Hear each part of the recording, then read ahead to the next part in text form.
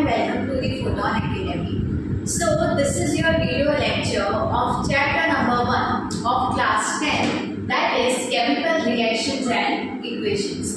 तो इस video lecture में हम जो क्लास 10 का पहला चैप्टर है उसको पढ़ने वाले हैं। तो बेसिकली ये जो चैप्टर है वो केमिकल रिएक्शंस के लिए है कि ये केमिकल रिएक्शंस होती है, ठीक है। तो चलो ये सबसे पहले हम सिंपली स्टार्ट करते हैं फिजिकल चेंजेस। तो बेसिकली जैसे हम लोगों ने 8th क्लास में पढ़ा था कि जो फिजिकल चेंजेस होते हैं वो ऐसे चेंजेस होते हैं जो किसी भी ऑब्जेक्ट का बाहर का जो अपीयरेंस है उसको चेंज कर सकता है, राइट। और ये जो चेंजेस होते हैं वो रिवर्सिबल भी होता है। As we go by the definition here it explains that physical changes are the changes affecting the form of a chemical substance but not its chemical equation। Simple कि कोई भी ऑब्जेक्ट है और उसके बाहर का जो पोर्शन है ना, फिजिकल चेंजेस यानी कि उसका जो बाहर का फॉर्म है उसमें कुछ चेंजेस आ रहा है, ना कि उसके अंदर का जो केमिकल कंपोजिशन है उसमें कोई चेंज आ रहा है। केमिकल कंपोजिशन हर ऑब्जेक्ट का होता है, राइट। जैसे कि हम ह्यूमन बींग्स है तो हमारे अंदर भी क्या होता है, केमिकल कंपोजिशन है, केमिकल रिएक्शंस चल रही होती है।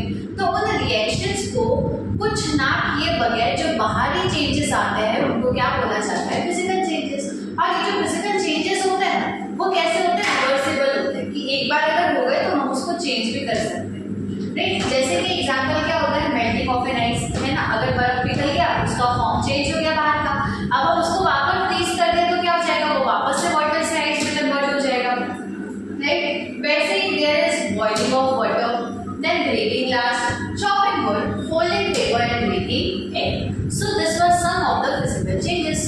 अब हमें इस चैप्टर में ब्रीफली किसके बारे में पढ़ना है, केमिकल चेंजेस के बारे में पढ़ना है। तो केमिकल चेंजेस होते हैं a change of materials into another new material with the different properties and one or more than one new substances are formed. तो बेसिकली केमिकल चेंजेस में क्या होता है ना कि दो चीजों से कोई नई चीज बन जाती है, ठीक है। तो यहाँ पे क्या होता है कि उसकी प्रॉपर्टीज भी अलग हो जाती है, जो उसके अंदर का केमिकल कंपोजिशन है वो भी चेंज हो जाता है। फॉर एग्जांपल कंबशन, अगर आपने लकड़ी को जला दिया तो क्या आप वापस से उसको लकड़ी में कन्वर्ट कर सकते हैं, नहीं, क्योंकि अब जब हमने लकड़ी जलाई तो वो राख में बदल गई, अब उस राख से तो वापस लकड़ी नहीं बन सकती रे। तो केमिकल चेंज में क्या होता है कि पहले हमने जो ऑब्जेक्ट्स लिए उसमें उसकी प्रॉपर्टीज चेंज हुई, उसका केमिकल कंपोजिशन चेंज हुआ, जिसकी वजह से वो कुछ और ही नया प्रोडक्ट बना रहे हैं, और वो जो नया प्रोडक्ट होता है उसको हम वापस से जो पहले था उसमें कन्वर्ट नहीं कर सकते। यानी केमिकल चेंजेस ऐसे चेंजेस हैं जो किसी भी ऑब्जेक्ट के अंदर चेंज हुआ है, ऑल्सो ये जो चेंजेस है उनको हम वापस से रिवर्स नहीं कर सकते। एग्जाम्पल कंबशन, जैसे हमने देखा, देन रॉटिंग, अगर कोई फ्रूट सड़ गया है तो वापस हम उसको ठीक नहीं कर सकते ना। Then rusting of iron and your digestion, जो खाना तुमने डाइजेस्ट कर लिया, केमिकल रिएक्शंस जो बॉडी में हो गई, वो खाना अब वापस बॉडी के बाहर नहीं आ सकता। तो देखो ये जो केमिकल चेंजेस है, ऑब्वियस सी बात है केमिकल्स के बीच में चेंजेस हो रहा है कि कोई चीज है पहले उस पर केमिकल चेंजेस हुए और वो किसी और न्यू चीज में कन्वर्ट हो गई। देखिए इसका मतलब तो यही है कि इसके अंदर केमिकल रिएक्शंस भी चल रही है, ठीक। इसी केमिकल रिएक्शंस के बारे में हम इस चैप्टर में पढ़ने वाले हैं। सो ये केमिकल रिएक्शन बेसिकली होती क्या है, the process of interaction of chemicals to form new chemicals. Simple, पहले कोई केमिकल था उस पर हमने कुछ प्रोसेस किया और उससे एक नया केमिकल बना दिया, उसी को क्या बोलते हैं हम, केमिकल रिएक्शंस। तो जो केमिकल चेंजेस होता है ना, जिसमें केमिकल्स की वजह से चेंजेस आते हैं, उनके अंदर केमिकल रिएक्शन चल रही होती है जिसकी वजह से वो चेंज होता है, राइट। नाउ फॉर एग्जांपल, जैसे कि सिंपल एग्जांपल है, आपने लिया H2, ठीक है। अब बाहर से आया H2 और तुम्हारा ऑक्सीजन, ये दोनों मिलके क्या बनाते हैं, H2O, that is your water. तो ये क्या हो गया, ये हो गई केमिकल रिएक्शन कि यहाँ पे दो अलग केमिकल के इंटरेक्शन की वजह से एक नया ही केमिकल फॉर्म हो। आया समझ, ये होगा केमिकल रिएक्शंस। देखो जैसे कि यहाँ पे ऑक्सीजन का एक मॉलिक्यूल है और उसके साथ दो हाइड्रोजन के molecule combine. Then, so this was simple chemical reactions. Now, देखो केमिकल रिएक्शंस के बारे में पढ़ते हैं तो हमें सब कुछ पता होना चाहिए कि केमिकल रिएक्शन में क्या कौन सी चीज को हम क्या बोलेंगे, है एक तरह से नामकरण कर रहे हैं कि केमिकल रिएक्शंस में किसको क्या बोलना है, देख लो चलो। So in a chemical reaction, the reactants are the starting substances that undergoes a chemical change, while products are the substances formed as a result of the change. क्या हो रहा था केमिकल रिएक्शन के अंदर कि कोई केमिकल था उसमें कुछ चेंजेस है और वो किसी और केमिकल में कन्वर्ट हो गया, यही हो रहा था, राइट। तो जो दो केमिकल एक साथ आ रहे थे जिनके ऊपर केमिकल रिएक्शन हो रही थी उन्हें क्या बोल देते हैं हम, रिएक्टेंट। और वो चेंज होके जो उसका रिजल्ट आता है केमिकल रिएक्शंस का, चेंज होके जो वो नए केमिकल में कन्वर्ट हो जाते हैं उस केमिकल को हम क्या बोलते हैं, उसका प्रोडक्ट। इजी है। अब जैसे हमने एग्जांपल देखा था ना, H2 + O2 gives H2O, right, अभी देखा। तो ये जो H2 है और ये जो O2 ये हमें देता है क्या, H2O। तो ये जो H2 और O2 है वो क्या हो गए हमारे रिएक्टेंट, और इन दोनों ने जो नया केमिकल बनाया वो क्या हो गए हमारे प्रोडक्ट। आया समझ में? तो जिन चीजों से नया केमिकल बन रहा है वो क्या तुम्हारा रिएक्टेंट, और उन दोनों के कॉम्बिनेशन से जो नया केमिकल बना उसको तुमने क्या कह दिया, उसका प्रोडक्ट। इजी है, राइट। तो यहाँ पे एग्जांपल गिवन है NaCl और मतलब NaCl पहले तो अलग अलग कंपाउंड थे, वो दोनों एक साथ आए और उन्होंने क्या दे दिया, NaCl। तो इसी तरह बीच में हम ये जो एरो बनाते हैं वो क्या बताता है कि यहाँ पे केमिकल रिएक्शन हो रही है। सिंपल सी बात है, एरो तुमने बना दी यानी कि तुम बता रहे हो कि यहाँ पे केमिकल रिएक्शन हो रही है। Okay, now here comes that what is unbalanced equation. तो देखो कुछ नहीं है, सिंपल है कि अनबैलेंस्ड इक्वेशन में क्या होता है ना कि हर एक एटम जो है, जो रिएक्टेंट साइड है और प्रोडक्ट साइड है, उनके नंबर अनइक्वल है। जैसे कि तो देखो example, reaction of hydrogen with oxygen, हम बार-बार उसी से समझ रहे हैं, ठीक है। एक चीज को दिमाग में बिठा लो और उसी से याद करो कि होता क्या था बेसिकली इसमें। तो यहाँ पे हमारे पास था H2, हमारे पास था O, हमें केमिकल रिएक्शन हुई थी जिसकी वजह से क्या मिला था, H2, ठीक है। अब ये वाले जो दोनों हैं ये होते हैं रिएक्टेंट और ये H2 होता है तुम्हारा प्रोडक्ट, है ना। सिंपल है, इतना हमने अभी पढ़ लिया, याद हो गया हमें ना, राइट। अब क्या होता है कि ये जो रिएक्टेंट है उसमें हाइड्रोजन कितने नंबर में, तो यहाँ पे हाइड्रोजन कितने हैं, 2 है रिएक्टेंट की साइड, और ऑक्सीजन भी कितने हैं, तो ऑक्सीजन भी हमारे पास 2 है। डन, हाइड्रोजन है 2, ऑक्सीजन है 2। अब आ जाओ इसके प्रोडक्ट की तरफ। तो ये है इसका प्रोडक्ट, प्रोडक्ट में हाइड्रोजन कितना है, देखो 2 ही है, राइट, हाइड्रोजन 2 है। प्रोडक्ट में ऑक्सीजन कितना है, तो भाई यहाँ पे हमें तो 1 ही दिख रहा है, मतलब ये 1। तो पता चलता है कि ये कैसी इक्वेशन है, अनबैलेंस्ड इक्वेशन है, क्योंकि इसमें रिएक्टेंट में जितने नंबर एलिमेंट्स थे उतने ही प्रोडक्ट में नहीं। जैसे कि देखो हाइड्रोजन तो दोनों में 2 ही है, लेकिन ऑक्सीजन रिएक्टेंट में 2 है जबकि प्रोडक्ट में सिर्फ 1 ही है। तो ऐसी रिएक्शन जिसमें एटम के नंबर अलग अलग होंगे रिएक्टेंट और प्रोडक्ट में, उसे क्या कह देंगे, अनबैलेंस्ड इक्वेशन, राइट। अब देखो अनबैलेंस में इक्वल नहीं होता, मतलब बैलेंस में क्या होता होगा, इक्वल होता होगा, ठीक। जितने number of atoms reactant side है उतने ही प्रोडक्ट साइड भी होंगे। इसका एग्जांपल है तुम्हारे पास 2Fe2O3 + 3C that gives 4Fe + 3CO2। तो देखो यहाँ पे Fe जो है आयरन वो 4 है, 4 कैसे, देखो ये Fe2 नीचे 2 and 2 2 4, तो Fe नीचे की साइड कितने 2 थे और आगे तुमने 2 लगाया, मतलब 2 4। इसको हम बैलेंस करना ना आगे सीखेंगे, ठीक है। हमें चैप्टर में यही सीखना है कि हमें किसी भी इक्वेशन को बैलेंस कैसे करना है, उसको बैलेंसिंग इक्वेशन कैसे बनाना, राइट। तो अब ये जो Fe है वो उसके मॉलिक्यूल है 4,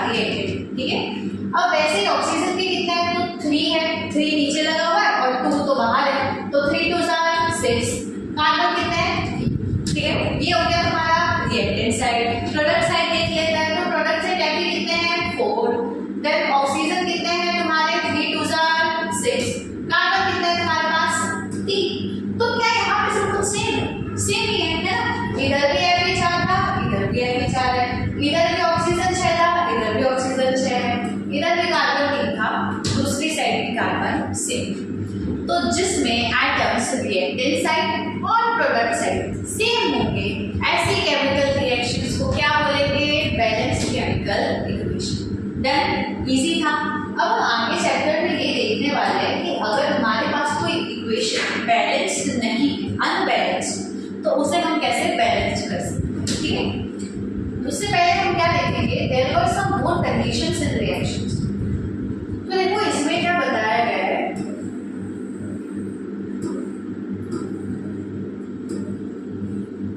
सी यहाँ पे बेसिकली कुछ नहीं है।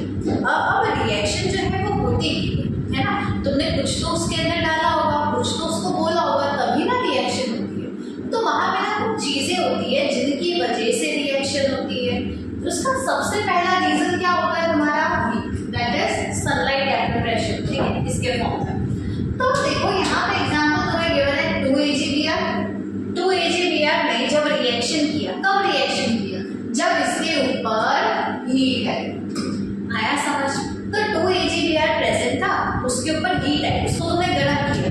अब तुमने जब उसको गर्म किया तो उस हीट की वजह से ही उसके अंदर केमिकल रिएक्शंस होनी शुरू हुई। आया समझ? तो हीट की वजह से अब ये किसमें कन्वर्ट हो गया?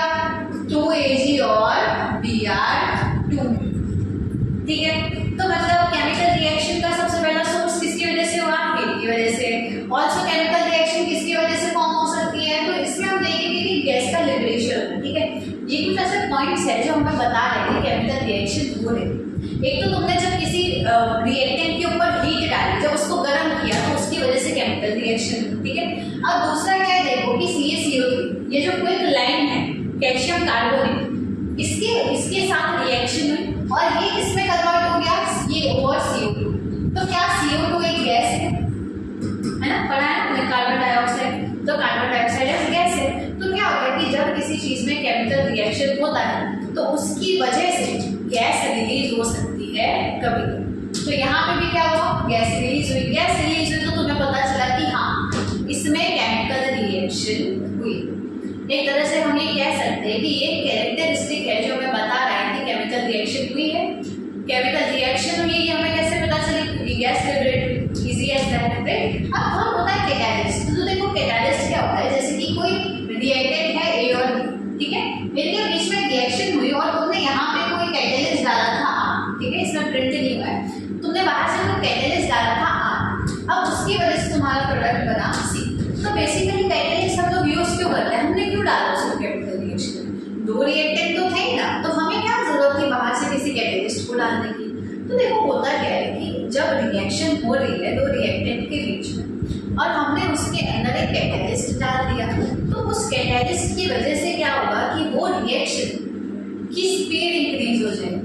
आया समझ? तो जो रिएक्शन पहले बहुत ही कम टाइम में होने वाली थी वो कैटालिस्ट डालने की वजह से बहुत ही जल्दी, जो रिएक्शन पहले बहुत धीरे धीरे स्लो चल रही थी उसमें जब तुमने कैटालिस्ट को डाला तो उसकी वजह से तुम्हारी जो रिएक्शन की स्पीड है वो इंक्रीज हो। तो कैटालिस्ट क्यों यूज करते हैं? रिएक्शन की स्पीड को इंक्रीज करते हैं। अब चलो नेक्स्ट क्या होता है? So basically here is a precipitate form. Precipitate form मतलब क्या होता है? तो देखो यहाँ पे ये जो हमने डाला ना PbNO3 ट्वाइस, ये एक्वस फॉर्म में था। एक्वस फॉर्म तो तुम लोगों को पता ही है ना, एक्वस मतलब वाटर, पानी में घुला हुआ था, ठीक है, लिक्विड था। अब उसके अंदर हमने डाला 2NaI, वो भी एक्वस था। अब इसकी वजह से क्या मिला? PbN2। अब हमने डाला तो दोनों वाटर लिक्विड सोल्यूशन ही था ना, लेकिन जब इन दोनों लिक्विड सोल्यूशन के बीच में रिएक्शन हुआ तो हमें रिजल्ट क्या किसके फॉर्म में मिला? सॉलिड के फॉर्म में मिला। आया समझ? तो ये ऐसे इन्होंने क्यों लिखा है? क्योंकि उनको जो प्रोडक्ट मिला वो सॉलिड के फॉर्म में है, राइट। तो डाला तो तुमने एक्वस फॉर्म में था, पानी के फॉर्म में था, लेकिन तुम्हें प्रोडक्ट किसके रूप में मिला? सॉलिड के फॉर्म में। तो ये सॉलिड जो है, जब सॉलिड बना प्रोडक्ट तुम्हारा, इसी को क्या बोला जाता है? प्रेसिपिटेट। तो कोई केमिकल रिएक्शन के प्रोडक्ट में हमें कोई प्रेसिपिटेट मिला, यानी सॉलिड फॉर्म में कुछ मिला, तो हमें क्या पता चल गया कि यहाँ पे केमिकल रिएक्शन परफॉर्म हुई। आया समझ? अब नेक्स्ट होता है तो देखो यहाँ पे ये जो कार्बन है ना वो तुमने सॉलिड फॉर्म में डाला, ऑक्सीजन गैस फॉर्म में डाला। अब इन दोनों के बीच देखो क्या हो रहा है, अलग अलग जो फॉर्म्स है उसमें रिएक्टेंट है ना, एक सॉलिड में है और एक गैस में है। जब इन दोनों के बीच रिएक्शन हुआ तो तुम्हें प्रोडक्ट किसमें मिला, गैस में मिला। मतलब तुम्हारे स्टेट चेंज हो सकते हैं ना, कभी कभी गैस, कभी कभी लिक्विड और गैस भी एक साथ आ सकता है और कुछ और प्रोडक्ट बना सकते हैं। कभी कभी सॉलिड गैस भी एक साथ आ सकता है या फिर गैसेस और गैसेस भी एक साथ आ सकते हैं। मतलब सारे फॉर्म जो है वो एक साथ रिएक्ट करके भी प्रोडक्ट अपना बना सकते हैं।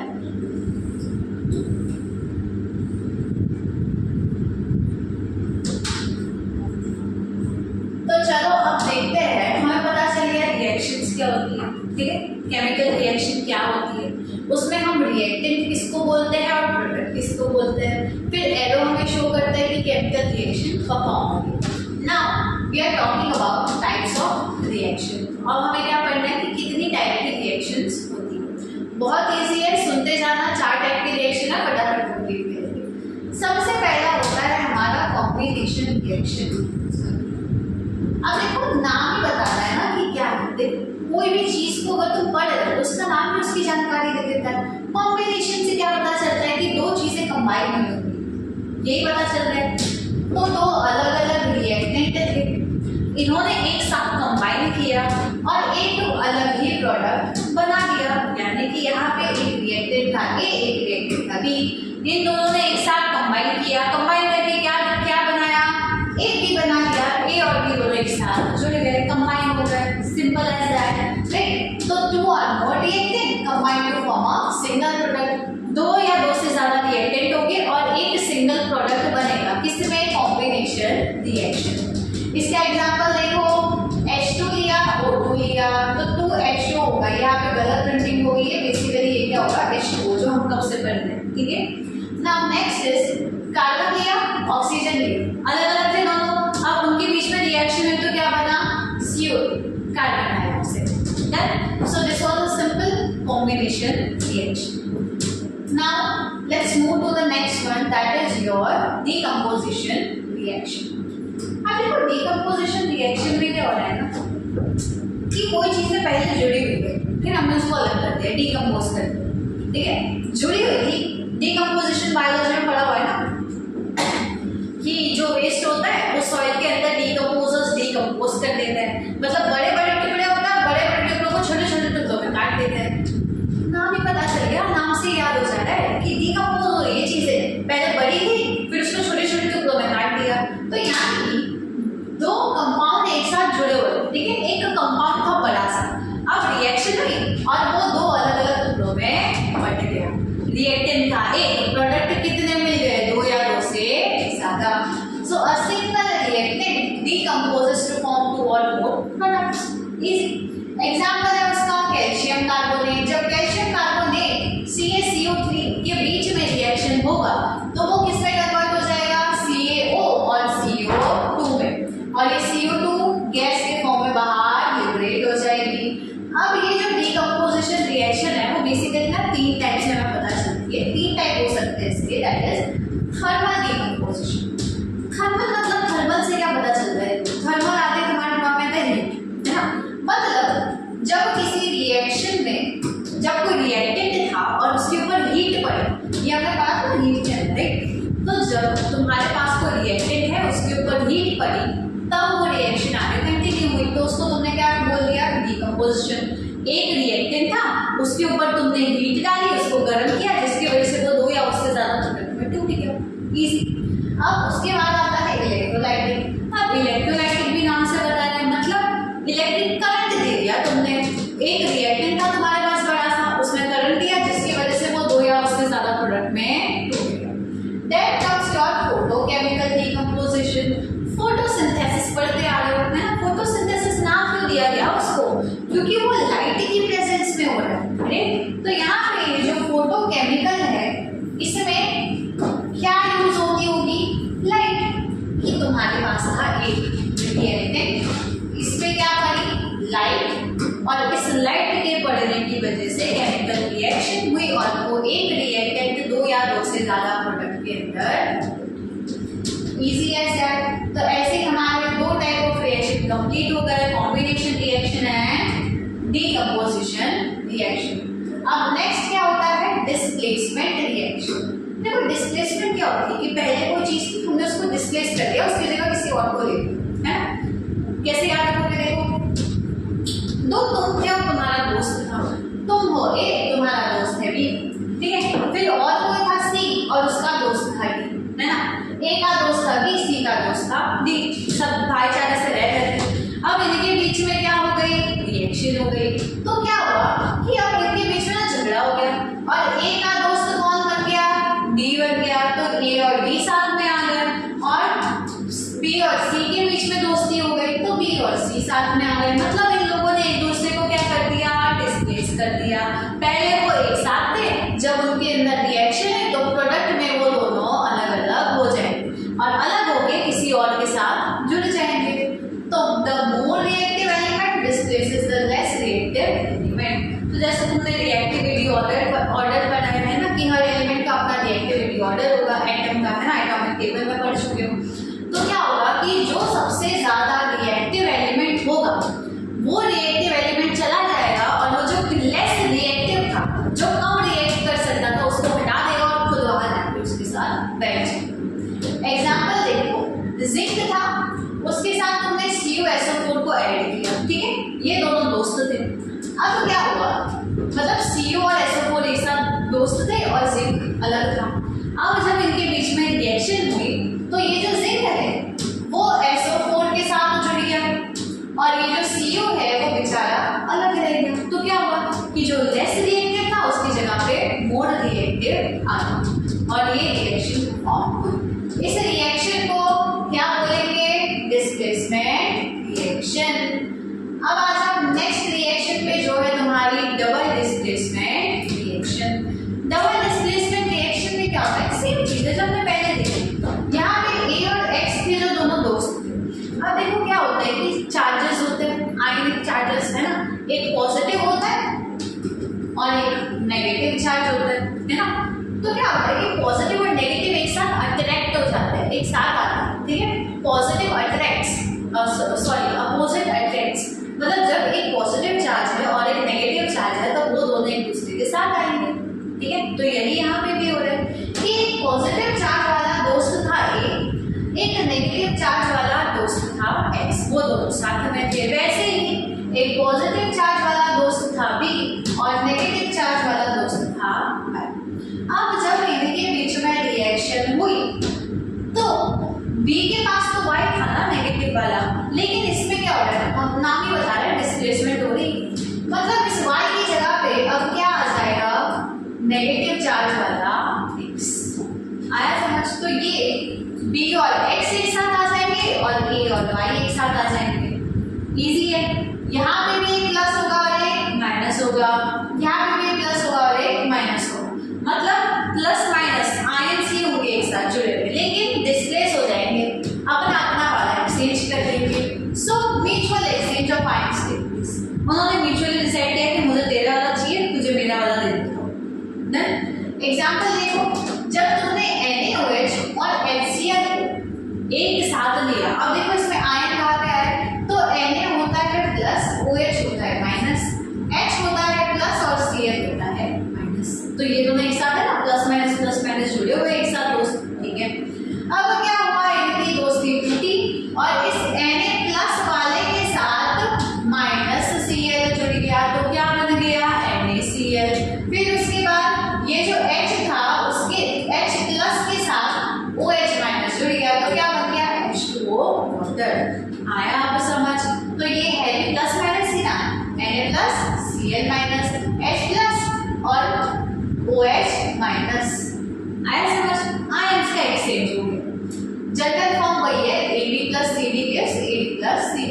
डिस्प्लेसमेंट जैसा ही है, बस इसमें डिफरेंस क्या है कि डबल डिस्प्लेसमेंट के अंदर आयंस एक इंपॉर्टेंट रोल प्ले करते हैं। डन।